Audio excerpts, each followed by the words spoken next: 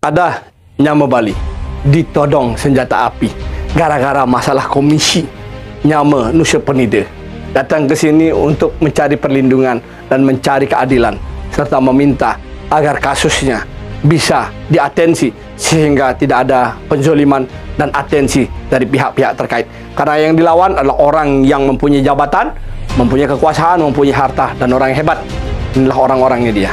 Semoga Bapak Polisi tegas dan lihat kisahnya di YouTube Ismaya Jaya.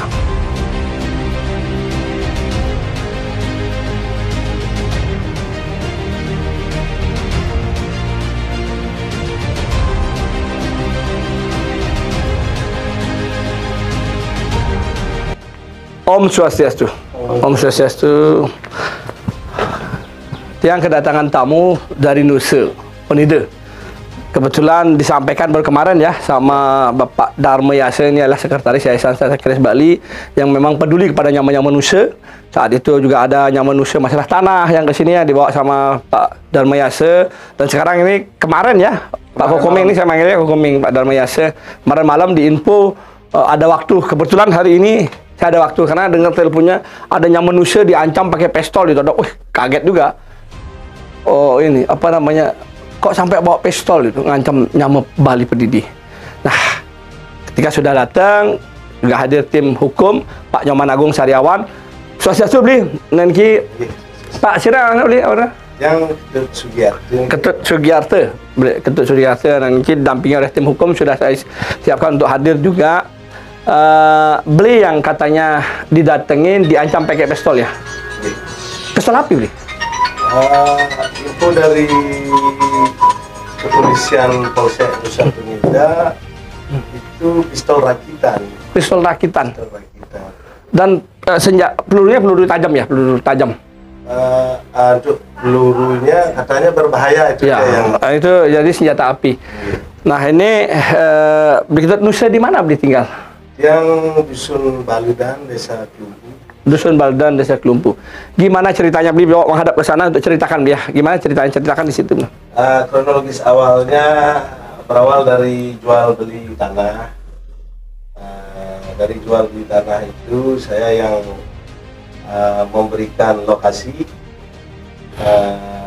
dan yang bersangkutan yang punya bayarnya atau bosnya. Kemudian transaksi terjadi, kita dapat 500 juta. Dari 500 juta itu saya mau dikasih 150 juta dan sisanya katanya mereka berdua. Walaupun yang satunya belum pernah saya lihat di lapangan, tapi tetap saya iakan karena terus terang saya nggak mau terlalu ribet masalah uang. Nah kemudian setelah transaksi pembayaran awal sebesar 500 juta, dari pembayaran itu kita dikasih fee 100 juta untuk DPP-nya dikasih 100 juta. Nah kemudian 100 juta itu dikasih tiang 25 juta, 75 juta lagi mereka yang bagi berdua. Lalu dari 500 juta itu kemudian sisa fee kita sebanyak 400 juta, sedangkan fee dari saya sendiri sisa lagi 125 juta. Nah kemudian setelah sekian tahun berjalan, selama itu saya tanya yang bersangkutan bilang katanya pembayaran dari bosnya mandek, macet dan lain sebagainya, katanya nggak pernah, belum dapat sama sekali. Nah kebetulan waktu ini datanglah yang penjual tanah dari Sumatera, ada acara ngamen dari kampungnya, saya datangi ke rumahnya, kemudian ternyata yang bersangkutan sudah ngambil fee sebanyak 290 juta. Nah sisanya yang 110 juta saya minta. Dan itu sudah setuju mau ngasih saya. Setelah sekian hari yang telepon, ternyata semua diambil yang bersangkutan. Kemudian saya tanya, saya telepon yang bersangkutan, apa benar kamu yang ambil fee-nya ini? Ternyata ya memang benar, aku yang ambil, kamu mau apa? Gitu tanyaan omongannya. Otomatis yang namanya saya manusia, seharusnya hak saya diambil orang lain, apalagi omongannya seperti itu, sedikit banyak kan memunculkan emosi dia. Kemudian saya ngomong, untuk hak saya gimana? Hak apa? Kamu kan udah saya kasih 25 juta. Itu saya apa namanya? Saya cuma ngasih itu aja. Hak di sini tuh nggak ada lagi, itu sikat katanya. Jangan gitu caranya. Kalau kamu mau ngambil ya ambil aja. Tapi omongan secara baik-baik. Kamu mau makan sendiri. Kamu tuh dasar manusia nggak apa namanya nggak punya perasaan. Itu ya kalau makan dah sendiri. Nah, saya dibilang kasar ngomong seperti itu. Saya kasih tahu orang yang punya pikiran kayak kamu ini harus lebih dari ini saya kasarin, karena pikiranmu jelek sekali, rakus, ingin ngambil hak orang. Nah, akhirnya cecok di HP, ribut di HP. Nah, kemudian kebetulan saya duduk di gudang, tiba-tiba setelah sekian menit saya ditelepon sama istri saya, disuruh pulang, katanya yang bersangkutan sama temannya nunggu di rumah. Kemudian saya pulang, sampai di rumah, Nunggu di rumah dengan muka marah dan ya, dengan amarah datang ke rumah katanya. nah, kata istri saya, yang satunya baik-baik aja, yang satu yang bersangkutan artinya mukanya nggak seperti biasanya. Karena terus terang istri saya juga kenal dengan yang bersangkutan. Nah, dari itu sampai di rumah saya nanya, kenapa kamu sampai datang ke sini?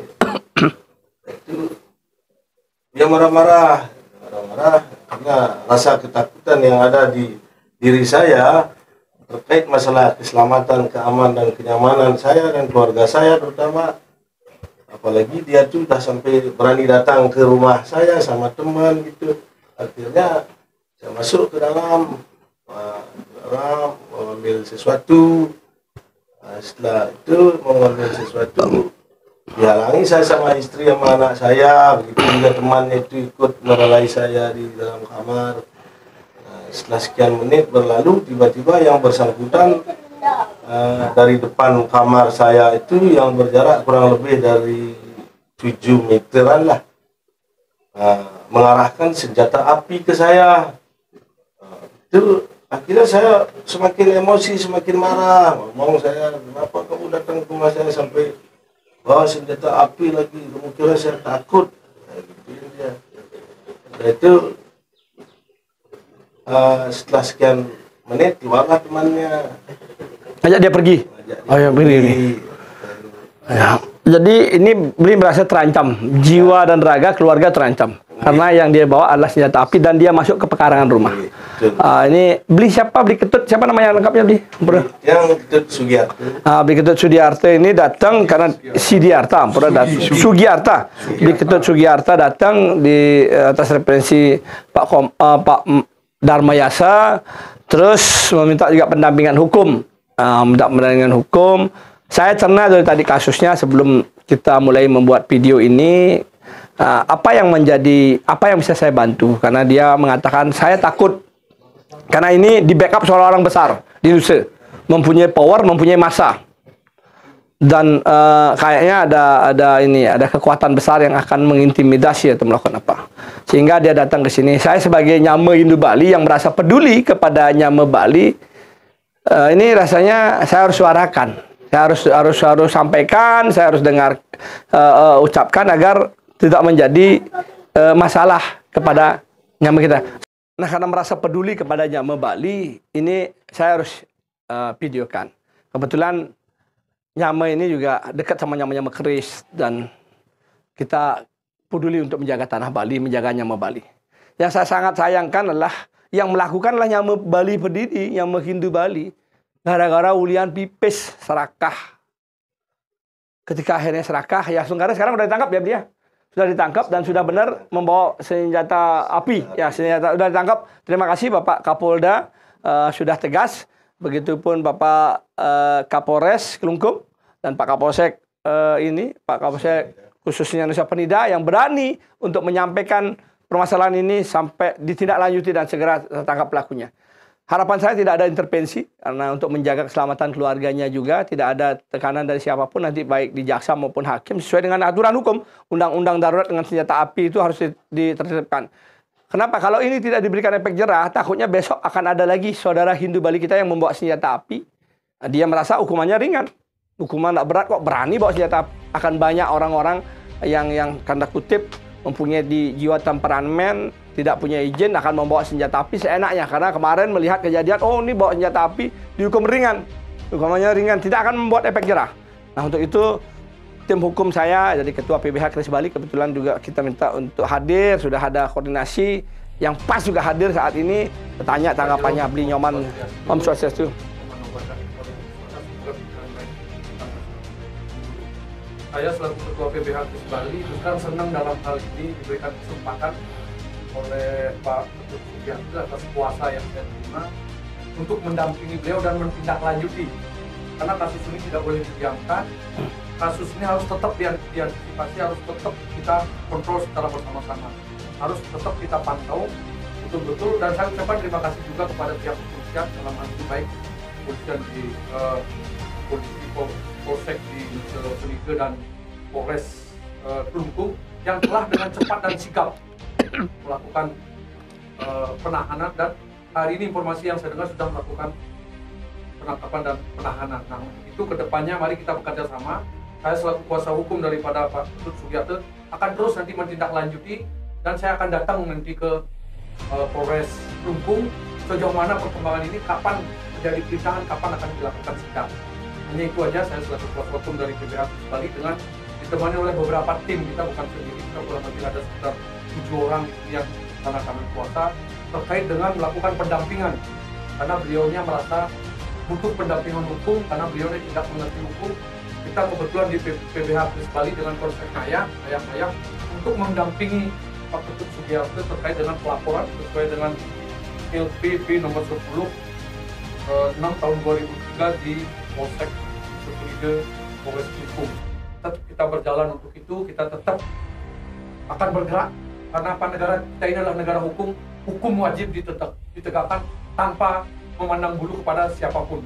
Apalagi ini sesuai dengan laporan, dia diduga telah melakukan perbuatan pidana, yaitu terkait dengan Undang-Undang Nomor 12 Tahun 1951 tentang penyalahgunaan senjata tajam, senjata api, dan bahan peledak sebagaimana dimaksud dengan pasal 1 ayat 1 Junto 335 ayat 335 ayat 1 UA. Ini hukumannya sudah bagus, kalau tidak salah hukumannya lebih daripada 5 tahun ke atas nih Pak Jero. Nah, dalam hal ini penyidik sudah sigap dan cepat mengambil tindakan dalam rangka menjaga keselamatan dan kenyamanan. Apalagi saya lihat kemarin saya datang ke Dusun Penige. Dusun Penige itu akan menjadi daerah mercusuar ke depannya, sehingga butuh kenyamanan dan keamanan bagi investasi. Ya. Terima kasih Pak Nyoman Agung Saryawan sebagai Ketua PBH Kris Bali atau Kabid Hukum kita di PBH Kris Bali. Bagaimana dengan Kokoming ini? Kokoming atau Dharma Yase ini yang begitu peduli, apa yang menyikapi buat Kokoming atau Dharma Yase sendiri begitu ingin melaporkan, apa yang menjadi pikirannya? Nggak takut risiko juga nih? Asal dengan kebenaran dan Nyame itu minta tolong, posisi benar dan baik pasti akan saya perjuangkan. Karena kemana lagi mereka untuk meminta pertolongan kalau tidak ke Yayasan Kesatria Kris Bali? Ya, itu sih yang utama, Pak Jero. Ya, terima kasih. Inilah fungsi kita Yayasan Kesatria Kris Bali berdiri bukan untuk menakut-nakuti.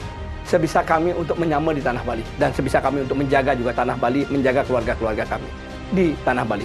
Jangan sampai nanti ada arogansi atau ada kelompok-kelompok yang ingin menindas saudara Hindu Bali, menindas yang Bali.